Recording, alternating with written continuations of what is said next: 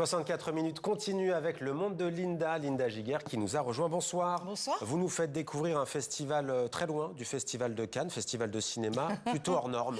Oui, je vous emmène en Californie, Mohamed, dans la ville de Point San Quentin, au nord de San Francisco. Alors, à première vue, tout est normal.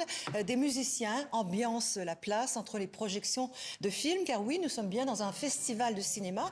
Et ce qui est très original dans ce festival, c'est qu'il a lieu dans une prison, Mohamed.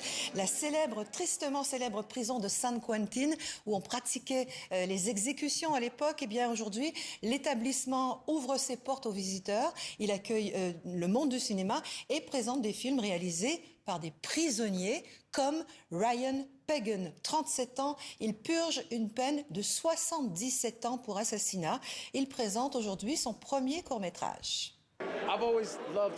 J'ai toujours aimé le cinéma. En grandissant, j'ai regardé des centaines de films avec ma mère et mon père. J'ai toujours voulu être acteur, mais malheureusement, ce n'est pas la vie que j'ai eue.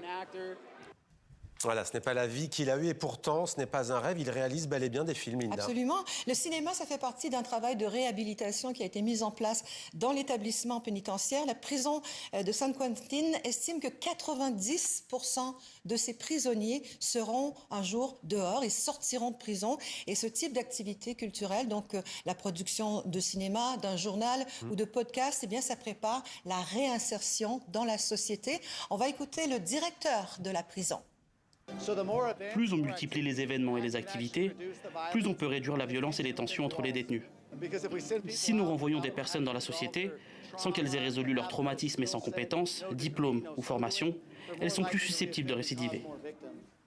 La culture, Linda, et en particulier le cinéma, arme thérapeutique? Bah oui, parce que le cinéma, ça peut soigner les blessures. On revient au détenu Ryan de tout à l'heure. San Quentin te force à regarder en toi-même. Et honnêtement, je n'aime pas dire ça, mais je suis reconnaissant d'être dans cette prison. Sinon, je ne serais jamais là où je suis aujourd'hui. Je ne penserais jamais comme je pense maintenant. Voilà, un prisonnier heureux qui réalise un premier film, un homme qui se reconstruit petit à petit, comme quoi, même à l'ombre, on peut vivre sous la lumière. C'était Le Monde de Linda. Merci beaucoup, Linda, pour cette histoire.